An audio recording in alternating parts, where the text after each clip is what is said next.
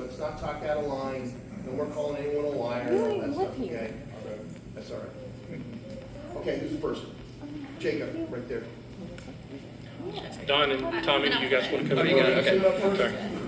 Yeah, so I've done a little research on these transfer stations, and typically people do not notice odor smells from them when they have odor neutralizing misters. And I did not see anything about odor neutralizing misters in your presentation. Will you be having those in the facility?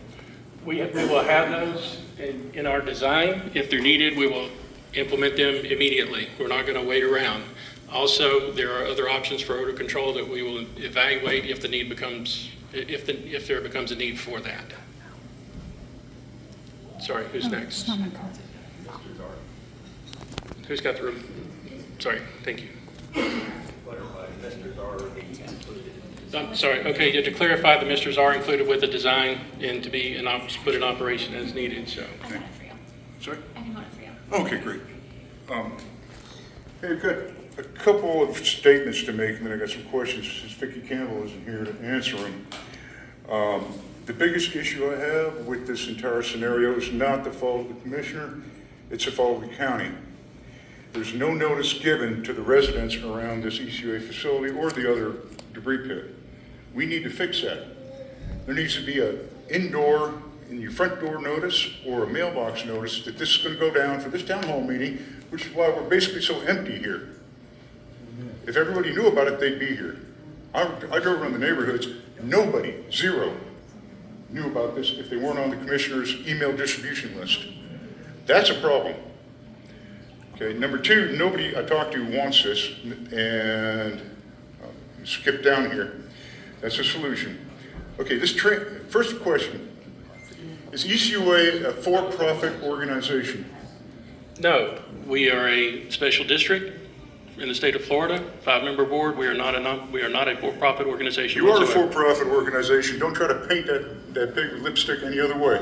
You guys made $750,000 in 2023. I don't know what you made last year, but you're a for-profit organization. You were allowed to use the word authority in your name by the state of Florida about 7 years ago. Okay, so you're in the business of making money. Okay, that's why you guys pay the county for the landfills to dump there. So don't try to paint that pig that lipstick with that color. Well, that's inaccurate, sir. I appreciate your opinion, and we'll tell you take what. it in good faith. Thank you. The idea with this transfer station is, what's being lost in the weeds is, it's behind Calvary, I think it is Church, where you're calling that area a buffer zone. Yes, sir.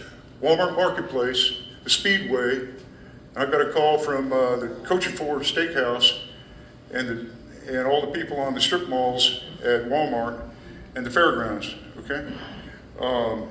You can't sit here and tell us that there isn't going to be any odor from this. I live 3 miles as a crow flies from there.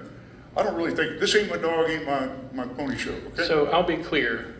I'm not saying there won't be any odors from this. This design includes features to reduce the odor potential. I'll give you that, okay? I want to be fully clear on that. Okay, so let's also Yes, be sir. clear that there's a rodent problem that's going to be increased, mosquitoes, horseflies, and all that. No, sir. And property I don't values agree. will go down. Ask any realtor in this room. If you live within 2 miles of a sanitation station, your property value will go down.